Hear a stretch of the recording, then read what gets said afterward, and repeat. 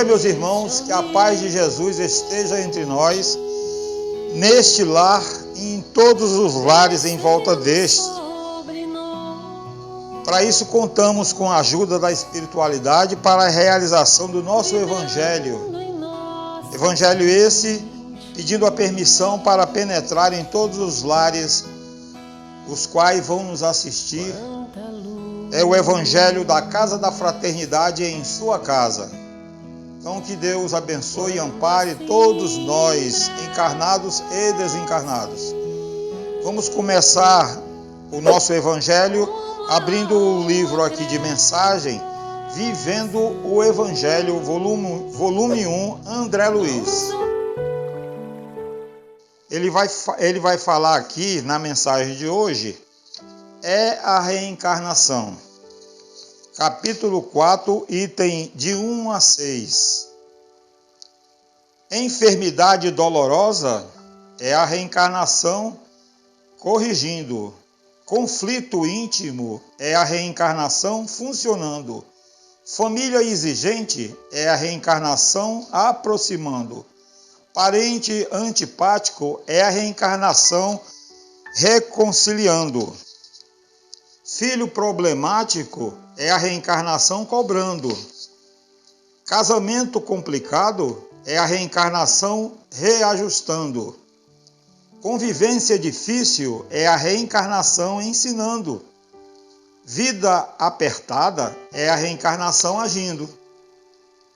Dificuldades de hoje são resgates de dívidas antigas, promovendo a evolução no curso das vidas sucessivas. Esforça-te, pois, no autoaprimoramento e busca no Evangelho de Jesus os critérios de renovação íntima, na certeza de que a vida alicerçada do bem é a reencarnação te melhorando.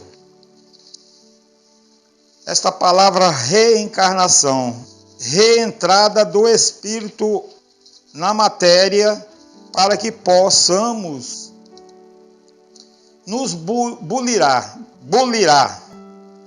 É uma pedra grosseira sendo manipulada, passada pelo boril, para que possa brilhar e mostrar sua verdadeira luz. Então, a reencarnação é a recompensa divina que Deus nos deu para que possamos não estacionarmos, para que possamos crescer espiritualmente e galgar mundos superiores. Esse é o nosso objetivo. Então, dentro do propósito, vamos fechar os olhos do corpo físico para agradecer este momento de paz, de harmonia e de amor, para que Deus possa nos auxiliar. Fechando os olhos e dizendo assim: amado Jesus, amigo de todas as horas, aquele amigo que nos protege, nos ampara, que nos dá o discernimento para que possamos analisar, olhando para dentro de nós e enxergando os nossos próprios defeitos, e daí começando o trabalho de renovação. Somos um pote onde tem a água parada, e esta água precisa ser renovada cada dia mais. Essa água, colocando água nova nesse pote, vai acontecer que a água que estava velha, ela vai se renovando. Assim somos nós, em busca deste melhoramento espiritual. Para isso, Jesus, contamos com teu amparo, tua ajuda, a ajuda dos nossos irmãos espirituais, a ajuda do nosso anjo de guarda, a ajuda desse irmão encarregado desta tarefa na Casa da Fraternidade, em sua casa. Então, só nos resta te agradecer a oportunidade e pedimos para darmos por início o estudo, a leitura do Evangelho de hoje. Que assim seja. O Evangelho de hoje ainda está no capítulo 5, Bem-aventurados os aflitos. Na semana passada falávamos das causas atuais, e essa semana nós estamos aqui trazendo as causas anteriores. Se nós pararmos e pensar o nosso movimento só do piscar de olhos, a gente vai concluir, quando se fecha o olho e abre-se o olho, já existe um presente na abertura e um fechado no passado. Então, esse movimento sempre vai existir em nossas vidas. O que agora estamos fazendo vai mais tarde ser situação anterior. Se estamos agindo bem, vamos colher bons frutos, como dizia a mensagem do semeador. Então, causas anteriores das aflições. Item 6. Mas, se há males dos quais o homem é a causa primeira nesta vida, há outros, pelo menos na aparência, que eles são completamente estranhos e que parecem atingi-lo como por fatalidade. Tal é, por exemplo, a perda de seres queridos e de arrimos de família.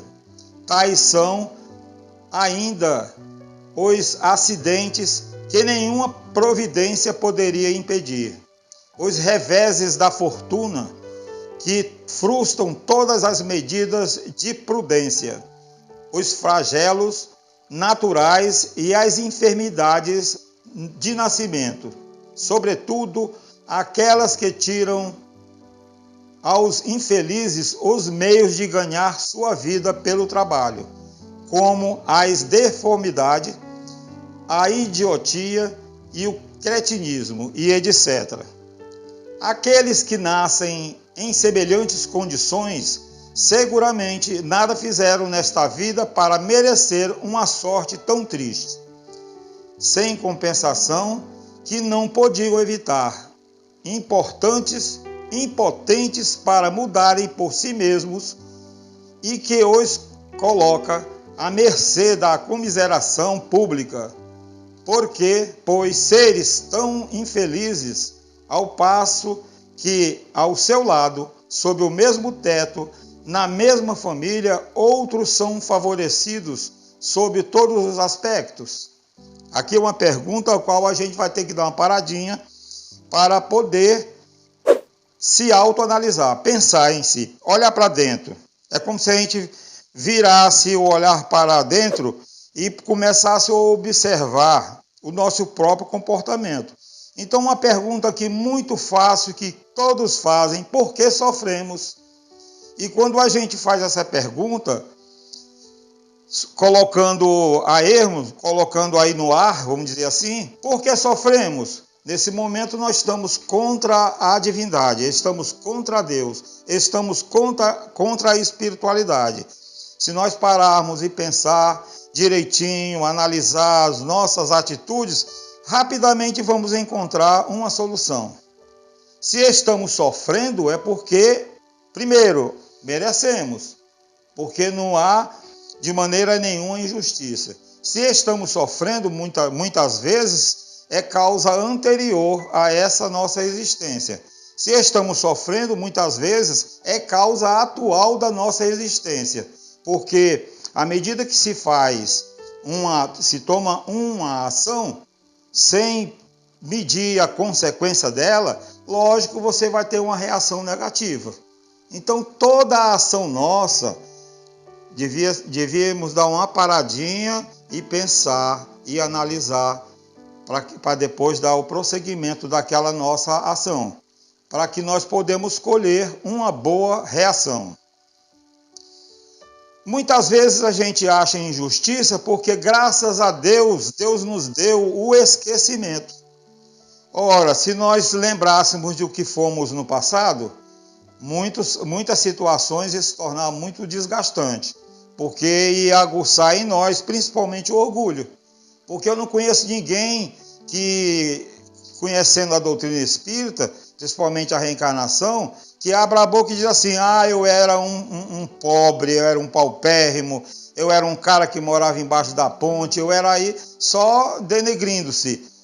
Pensa só o contrário: eu era um rei, era uma rainha, era um soberano, era um sangue azul e tudo mais. Ninguém pensa na situação, né, negativa.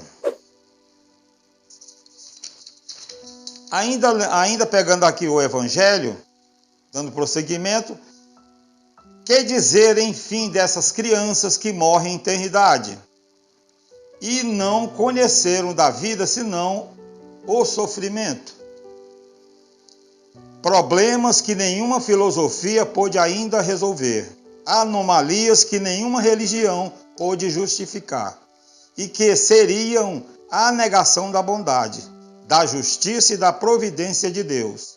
Na hipótese de ser a alma ainda ao mesmo tempo criada ao mesmo tempo do corpo, a sua sorte está irrevogavelmente fixada após uma estada de alguns instantes na terra. Que fizeram essas almas que acabam de sair das mãos do Criador para suportar tantas misérias neste mundo e merecer no futuro uma recompensa ou uma punição qualquer, quando não puderam fazer nem o bem e nem o mal? Isso está patenteado na justiça divina. Não há embaixo, assim, em cima dessa terra e embaixo do céu, falando mais para compreender melhor, uma pessoa que seja injustiçada, uma pessoa que sofra sem merecer, tanto ela encarnada quanto desencarnada, porque a vida prossegue pela eternidade. Então, quando se olha uma criança recém-nascida, a gente olha ali um anjo, o envoltório dela de pura bondade, quando na realidade ela é um espírito antigo, que já maquinou, que já manipulou várias e várias reencarnações a serviço do mal. Então ela traz na sua vida pretérita todas aquelas anomalias. Pessoas que abusaram da vida, da sorte, do dinheiro, da beleza, né, da inteligência, que usaram a inteligência para o mal, vão voltar em vida futura, com certeza resgatando todo aquele potencial de negatividade. Toda aquela situação aflora na encarnação atual e muitas vezes sofrem e a gente acha que é injustiça de Deus. Por isso que eu afirmo para todos vocês, para todos nós, que não há desigualdade. Perante Deus nós somos todos iguais. Não tem um melhor, nenhum pior, todos estamos aí. A prova está aí. Na situação atual que estamos vivendo, nessa pandemia, nesse irmão nosso abençoado coronavírus, que veio trazer ao mundo a reflexão. Quem era bom, quem era mais ou menos melhorzinho, melhorou mais. Quem era ruim ficou pior ainda. E vai arcar com essa situação todinha. Tudo que estamos plantando, nós vamos colher. Não adianta correr. Mais para frente. Entretanto, em virtude do axioma de que todo efeito tem uma causa, essas misérias são efeitos que devem ter uma causa. E, desde que se admita um Deus justo, essa causa deve ser justa. Ora, a causa procedendo sempre o efeito, uma vez que não está na vida atual, deve ser anterior a ela. Quer dizer, pertencer a uma existência precedente. Por outro lado, Deus não podendo punir pelo bem que se fez, nem pelo mal que não se fez, se somos punidos é porque fizemos o mal. Se não fizemos o mal nesta vida, ou fizemos numa outra. É uma alternativa da qual é possível escapar e na qual a lógica diz de que lado está a justiça de Deus. Olha aí, está claro, claríssimo. Se você, ao abrir os olhos na manhã, encarar a vida com alegria, buscando a luminosidade do sol, observando a atmosfera, a paisagem, os pássaros, as flores e tudo mais, você não vai ter tempo para ser infeliz. Ou seja, o ditado diz, esse acordou com o pé direito. Ao contrário que muitas vezes o cara acorda com o pé esquerdo, vamos dizer assim, já acorda de cara feia, aborrecido porque não dormiu, perdeu o sono. Em vez de aproveitar a oportunidade da perda do sono, procurar um livro de mensagem, um livro, o Evangelho, procurar um romance espírita, como há 2000 anos, há 50 anos atrás e tudo mais. E aí você começa a ler. Incrível, o sono aparece, o sono volta. Não resmungar, não reclamar e estar sempre agradecendo a Deus por tudo. As indagações que a gente faz, assim, de onde eu vim, para onde eu vou, o que estou fazendo aqui. Nós espíritas, estudantes da doutrina espírita, procuramos ver tudo isso. Se estamos aqui, se viemos de algum lugar, é porque merecemos vir para o nosso progresso. Ninguém viaja buscando a dificuldade.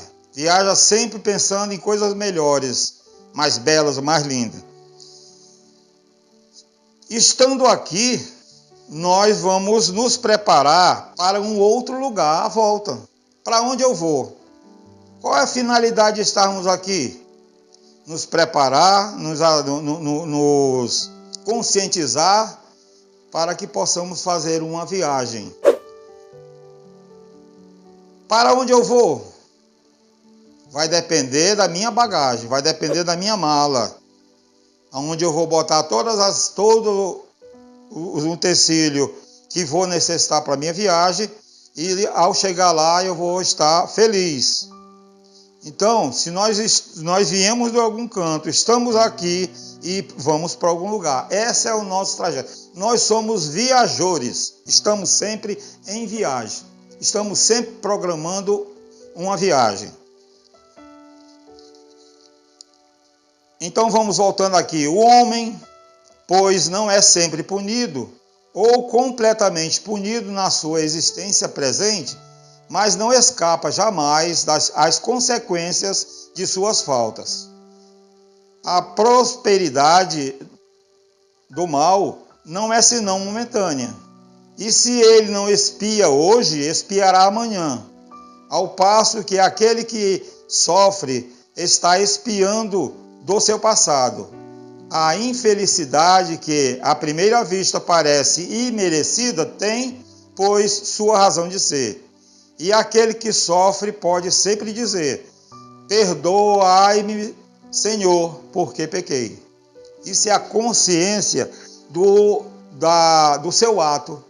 Então, todos nós, diariamente, fazemos aí uma coletânea de pensamentos, onde a gente vai verificar aonde eu errei, deslizei, aquele negócio, para que a gente possa ter uma vida melhor no futuro. Então, todo o nosso trabalho atual é para o futuro. Dentro dessa base aqui, eu digo assim, o homem que planeja, trabalha a metade e produz o dobro. Olha só, o homem que planeja, trabalha a metade e produz o dobro. O cristão, o espírita, que medita, que pensa para realizar as suas tarefas, ele vai pensar menos e vai receber mais no futuro. É o dobro. Diferente do homem que não planeja. Trabalha o dobro e nem a metade produz. Então, tudo que você vai fazer de matéria material ou espiritual, você tem que planejar. Como é que eu vou fazer para ir até a casa do Júnior para fazer nossa gravação? Tudo é planejado, para que corra tudo em paz, tranquilamente. Mesmo assim, ainda acontecem lances que até Deus duvida. Então vamos voltando para o Evangelho de novo. Os sofrimentos por causas anteriores são frequentemente como os das faltas atuais. A consequência natural da falta cometida, quer dizer, por uma justiça distributiva rigorosa. O homem suporta o que fez os outros suportarem. Se foi duro e desumano, ele poderá ser, a seu turno, tratado duramente com sua desumanidade. Se foi orgulhoso, poderá nascer em uma condição humilhante. Se foi avarento, egoísta, ou se fez mau uso da sua fortuna, poderá ser privado do necessário. E se foi mau filho, poderá sofrer com os próprios filhos. Então não adianta reclamar e chegar ao ponto de dizer assim, aonde foi que eu errei? Se você parar e pensar, você vai colher, vai entender que se não for dessa vida, se foi nesta vida, foi de vida anterior. Assim se explica pela pluralidade das existências e pela destinação da Terra como um mundo expiatório, as anomalias que apresenta a repartição da felicidade e da infelicidade entre os bons e os maus neste mundo. Essa anomalia não existe em aparência, senão porque considerada sob o ponto de vista presente, mas se eleva pelo pensamento de maneira a abranger uma série de existência, ver-se-á que cada um recebe a parte que merece, sem prejuízo da que lhe é dada no futuro, no mundo dos espíritos, e que a justiça de Deus jamais é interrompida. O homem não deve jamais perder de vista que está sobre um mundo inferior, onde não é mantido senão pelas suas imperfeições.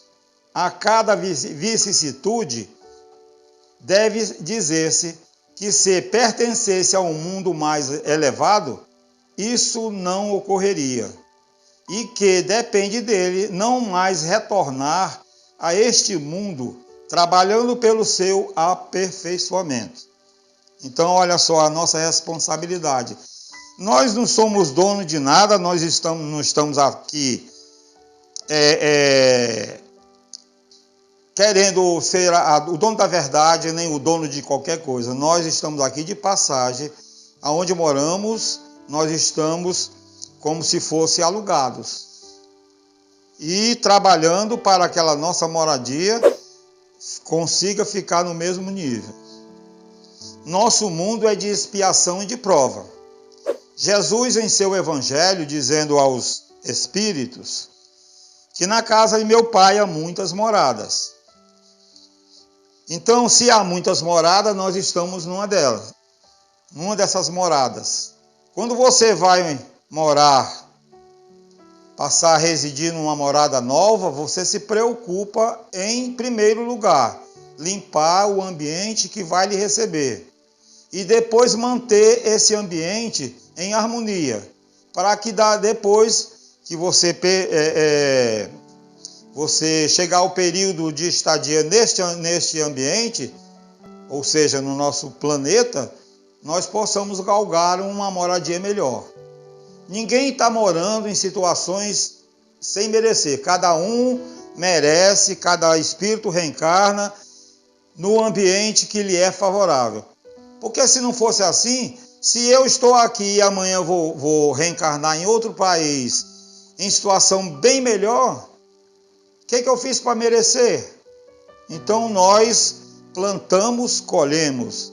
Nós estamos aqui no mundo de prova e expiações, nos preparando para um mundo de regeneração, onde a gente vai desfrutar tudo aquilo que nós semeamos no passado.